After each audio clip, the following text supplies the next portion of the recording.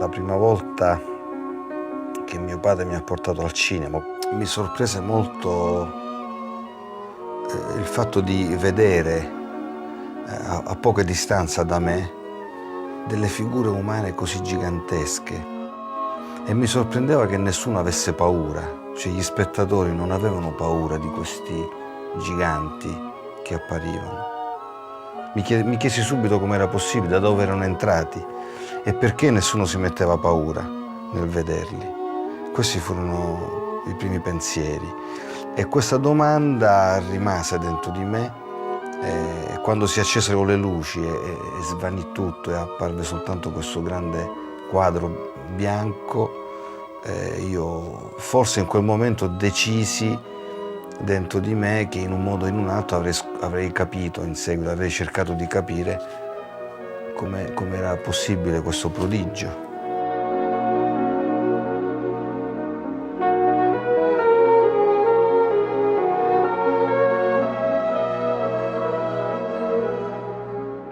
All'inizio degli anni 70, un proprietario di sale cinematografiche del mio paese, per il quale io avevo lavorato molte volte come proiezionista,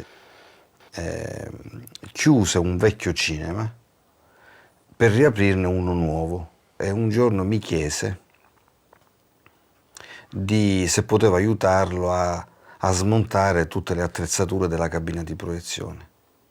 E io sono rimasto un paio di giorni dentro questa sala completamente chiusa, completamente distrutta, impolverata, a smontare questi vecchi macchinari.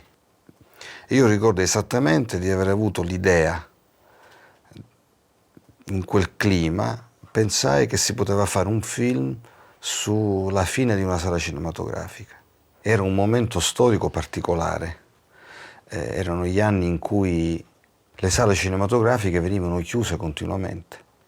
Sentivo di essere nelle condizioni di raccontarlo bene, perché quel mondo io l'avevo vissuto molto, nei minimi particolari, a lungo, conoscevo tutti i trucchi, tutti i segreti della sala cinematografica. Non ho mai negato che ci fosse una componente autobiografica. Per esempio la scena di quando Alfredo, grazie a un piccolo trucco, sposta la proiezione nella piazza. Mi ricordo che il mio produttore, una volta prima di girare, mi disse: ma come se l'ha inventato lei questo? Io dissi: io non me lo sono inventato, è una cosa possibile. Perché in tutte le cabine di proiezione che io avevo frequentato, dietro il proiettore si rifletteva sempre un pezzo, un angolo. L'angolo in basso a destra dello schermo si rifletteva riverso. Perché? Perché il vetro di protezione rimandava indietro la proiezione. E io dicevo sempre, se ci fosse una finestra nel muro e io spostassi il vetro, manderei con un solo proiettore l'immagine su due schermi opposti. È quello che ho fatto nel film.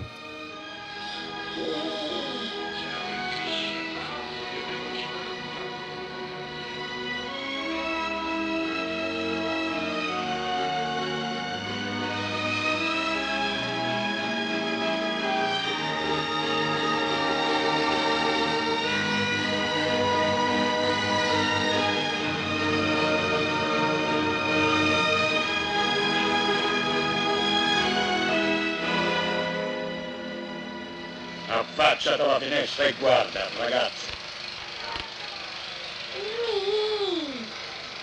Alfredo è bellissimo! Per me Alfredo era una figura mitica.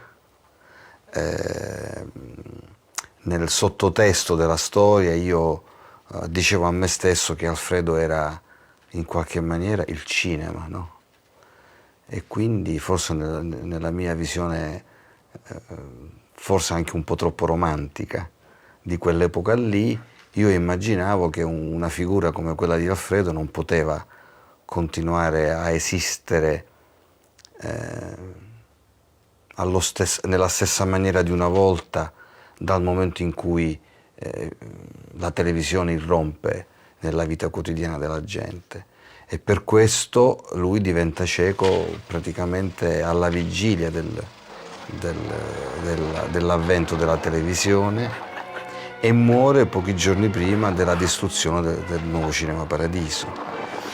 È una trovata di sceneggiatura che serviva a dare a questo personaggio la sua dimensione mitologica.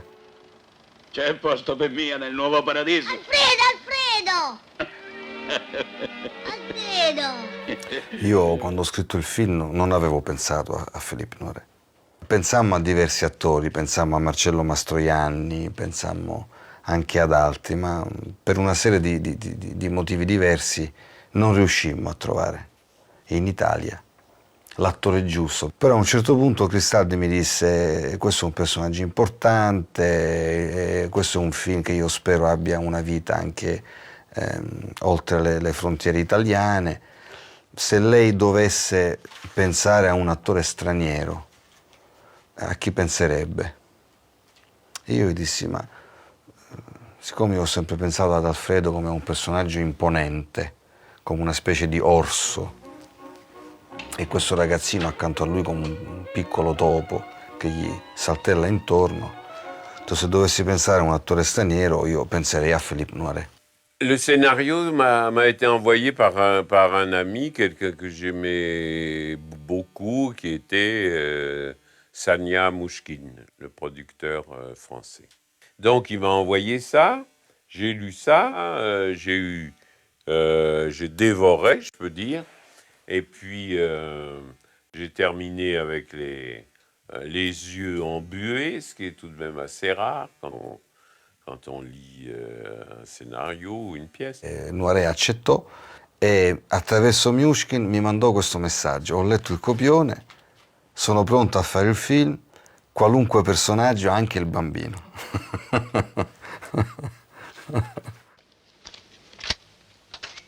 Proprio così.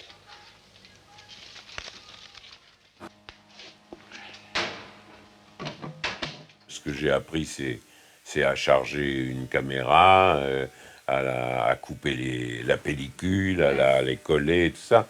Choses tout petits détails qui sont très importants dans l'approche d'un personnage, parce que ça aide le spectateur à croire à ce qu'on lui montre, et ça vous aide, vous, parce que ça vous donne une espèce de base concrète comme ça sur ce que vous allez pouvoir imaginer.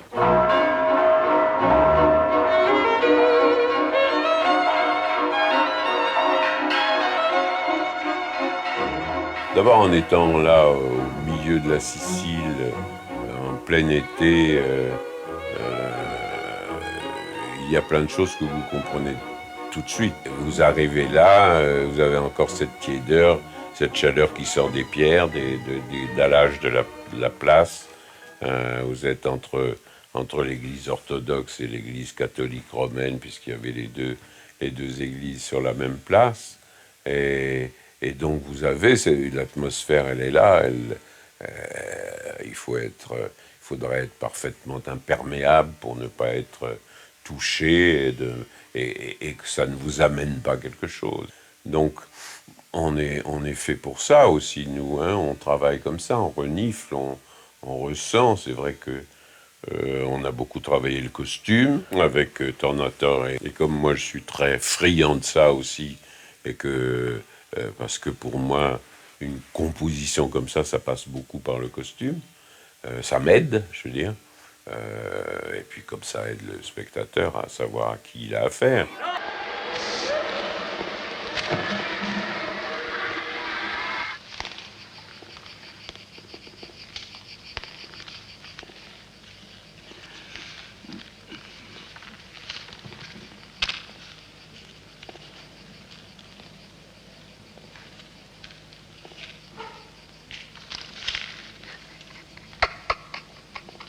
C'était un gosse absolument délicieux.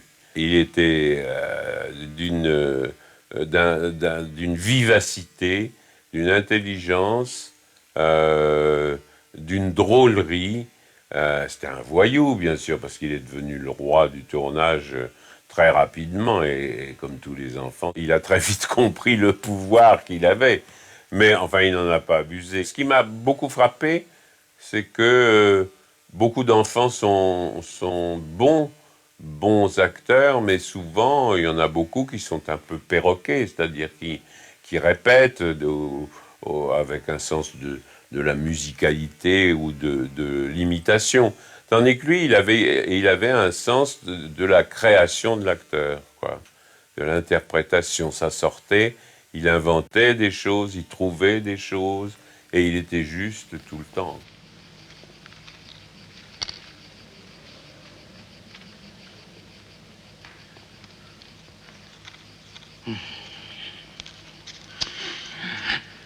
Sì. Ho fatto fotografare tutti i bambini delle scuole di 5-6 paesi vicini a quello in cui dovevamo girare il film. E selezionai una quarantina di facce che mi interessavano.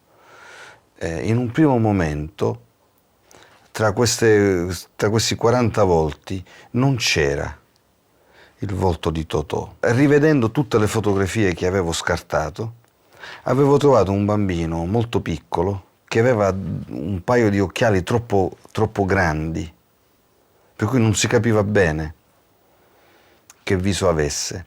Allora chiesi che tornassero a rifotografarlo senza occhiali. Andarono a fotografarlo senza occhiali, mi portarono le fotografie e mi colpì moltissimo, era Totò Cascio. Ma nel primo incontro che c'è stato con Tornatore lui, diciamo, ha fatto delle domande a tutti i bambini. E in una domanda particolare, quella di cosa ne pensavo io di un cinema, ho risposto che effettivamente non ero mai entrato in un cinema e pensavo che fosse una grande televisione. E lì lui si è messo a ridere, lui e tutti coloro che erano lì con noi. E niente, da lì poi è iniziato tutto. Mi ricordo che ne sapeva talmente poco che, letto il copione, lui chiamava i dialoghi, li chiamava discorsi. E diceva: quando devo cominciare il discorso? Ecco, si riferiva ai dialoghi, aveva tutta una terminologia sua che non c'entrava niente col cinema. Per noi era molto divertente. Ero sveglio, diciamo, e li facevo contenti, questo sì, riuscivo a fare quello che volevano loro. Secondo me era una cosa spontanea e naturale che avevo dentro di me, perché cioè, anche loro mi dicevano il giorno prima che la sera dovevo studiare la scena 12, 13, tipo 14, che l'indomani si doveva girare. Io non lo facevo mai, sinceramente, perché l'indomani poi sapevo che con il regista, con Tornatore, 5 minuti prima di cominciare a girare mi spiegava la situazione e la facevo, diciamo, secondo me bene. Avevo capito che il modo migliore di dirigere un bambino era di mostrargli tutto come un gioco. Alfredo, tu lo conoscevi a mio padre? E come no, altro che se conosceva tuo padre. Era alto, magro, simpatico. Aveva certi baffi come i miei. Il rapporto era normalissimo, era secondo me come un rapporto con un nonno tra me e Noiré, un nonno con un nipotino, perché io ero troppo piccolo, neanche sapevo chi fosse Philippe Noiret. Je sais qu'il m'a emmerdé pendant le tournage parce qu'il ne supportait pas que je fume le cigare. Donc quand il était là, il fallait que j'éteigne mon cigare. Puis il avait un bon argument, il disait que comme il avait les yeux fragiles, il disait que ça lui faisait mal aux yeux, donc je ne pouvais vraiment pas passer outre à ces demandes.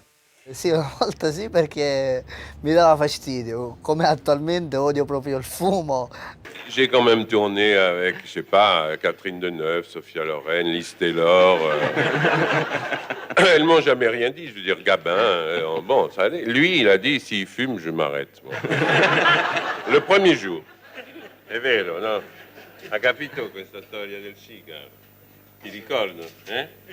Dans les répétitions, quand on était tous les deux ensemble, j'essayais de lui parler en italien, de lui dire le texte italien pour que ça soit moins difficile pour lui de répondre, quoi, d'envoyer ses répliques. Vous savez, sont des maîtres d'école, les enfants, au contraire, pour un acteur. Hein. Il faut retrouver, quand ils sont dans ce qui était le cas avec lui, quand ils sont justes et spontanés comme ça, ben, ça vous oblige à être au même niveau, donc il faut faire gaffe.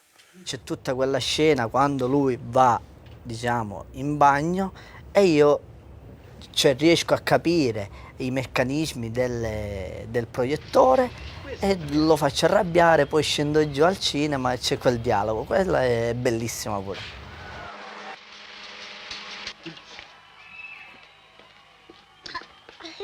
Ma allora che ho parlato turco? Che guai? Chi sta italiano? Fai finta di darmi ragione, appena mi giro fai come ti pare. Ha ragione tua madre, un pazzo sei. Il dialogo in cui Alfredo cerca di convincere il ragazzino a rinunciare a inseguire il sogno della cabina cinematografica e gli spiega come il suo mestiere sia in fondo un pessimo mestiere, un mestiere fatto di solitudine. E lui crede di averlo convinto, mentre il bambino poi fa di testa sua. Quella fu una sequenza molto felice. Avanti, vieni qua. Da bravo, assieme. Oh. Sentimi bene a quello che ti dico. Io ho cominciato questo mestiere a 10 anni.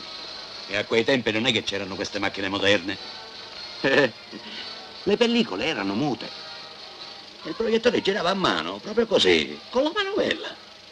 Tutto il santo giorno a girare la manovella. Ed era così dura questa manovella che se uno si stancava un poco e perdeva la velocità, in un colpo, boum, se ne andava tutto a fuoco. Ce que je peux vous dire, c'est que ton acteur est difficile à satisfaire. Je veux dire, c'est-à-dire que on tournait, c'est quelqu'un qui ne laissait rien passer, quoi, ce qui est un compliment dans ma bouche, hein, même si je râlais de temps en temps parce qu'il était fatigant. Mais ça a été un tournage épuisant, hein, j'aime mieux vous dire que je garde pas un souvenir, moi, à part le plaisir de jouer ce personnage, mais je garde pas du tournage un très bon souvenir. Mi trovai a girare per tutto il tempo delle riprese in una condizione come dire, di dover strappare continuamente quello che io volevo alla logica produttiva del film. Se io avevo intuito che c'era una certa sequenza che al produttore non piaceva molto, io la giravo di nascosto. Questo evidentemente creò durante quelle riprese un'immagine di un tornatore molto duro, molto poco collaborativo e intransigente. Poi c'è da dire anche un'altra cosa, fu anche molto scomodo. Mi ricordo che fu un'estate molto, molto calda, per cui quando Philippe doveva fare le scene in cui aveva il trucco da cieco, stava ore e ore e ore, talvolta giornate intere con gli occhi chiusi, e questo lo faceva soffrire. Sì. Io lo so. Ora che ho perso la vista, ci vedo di più. Quindi sì, mi riconosco in quell'immagine che dà Philippe. Però ho sempre avuto la sensazione, anche nei momenti di tensione, che in fondo lui stesse dalla mia parte, anche quando lo facevo arrabbiare, insomma. O comunque che stesse dalla parte del film.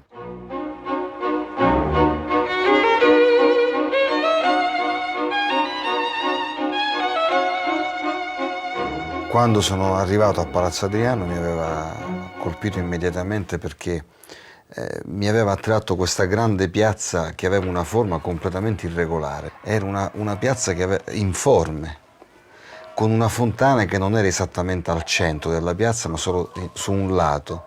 Quindi era tutto veramente estremamente cinematografico. L'interno della sala cinematografica l'abbiamo fatto a poche decine di metri da lì, dentro una chiesa sconsacrata, che poi durante le riprese scoprimmo, anzi ci fecero scoprire che non era sconsacrata per niente. Un giorno stavamo facendo una scena un po' impudica e i preti vennero a protestare e scoprimmo che la sala non è vero che era sconsacrata, ma era ancora consacrata, anche se non era più attiva.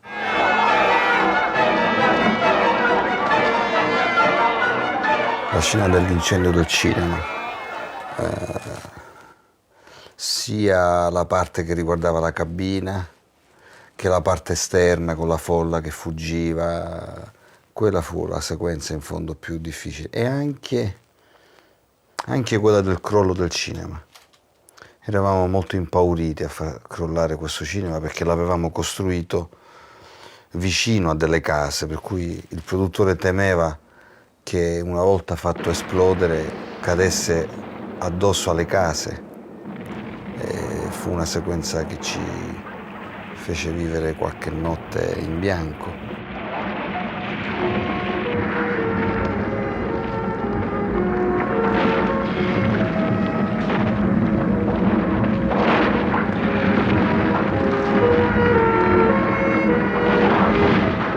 Il film fu presentato per la prima volta in pubblico nell'ottobre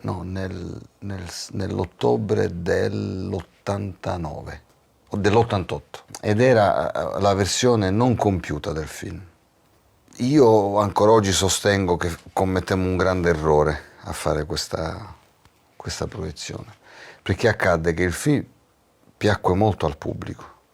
Sia il produttore che il distributore si convinsero dalle reazioni entusiastiche della gente in sala, si convinsero che il film avrebbe avuto un forte impatto col pubblico e dissero: il film non ha bisogno di grande promozione, è un film che si difenderà da solo. La versione definitiva di 2 ore e mezza uscì al cinema nel novembre dell'88. Insomma, non ci andò nessuno e fu smontato subito. Dopo che il film fu ritirato dalle sale, Cristaldi faceva spesso delle riunioni, quasi tutti i giorni, con me o anche con gli altri collaboratori dei distributori, eccetera, lui voleva capire perché la gente non era andata a vedere il film. Il distributore, i coproduttori della Rai, tutti dicevano che nell'ambiente si era diffusa la voce che il film non aveva incassato perché era lungo. Siccome loro continuavano a dire questo, io un giorno tagliai un capitolo del film, che durava 25 minuti, e portai il film a 2 ore e 5. Fecero uscire il film per la seconda volta e non fece una lira.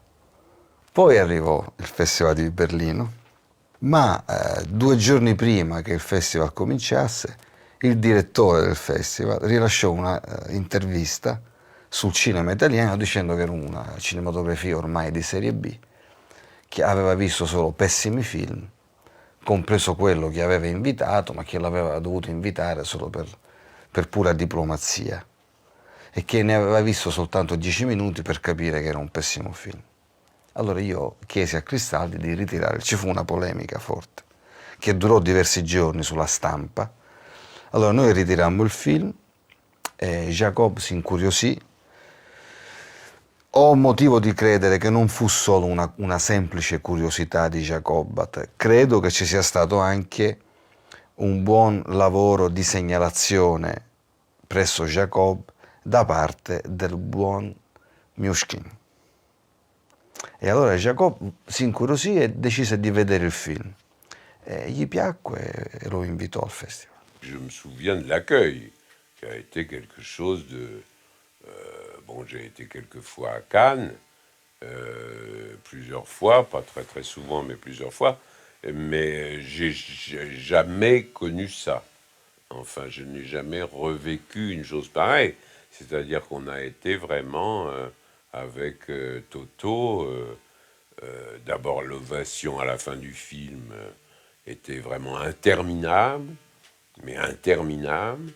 On est sorti de la salle, l'ovation a continué tout le long des marches et ça a continué jusqu'à l'hôtel où on avait le dîner pour la sortie du film, quoi. C'est-à-dire qu'on s'est fait applaudir à travers du Palais du Festival au Carlton. Il y avait une haie d'honneur qui nous saluait, ce qui est quand même assez, je crois, assez rare. C'était très émouvant et la joie, là aussi, la joie de Toto, c'était comme un conte de fées.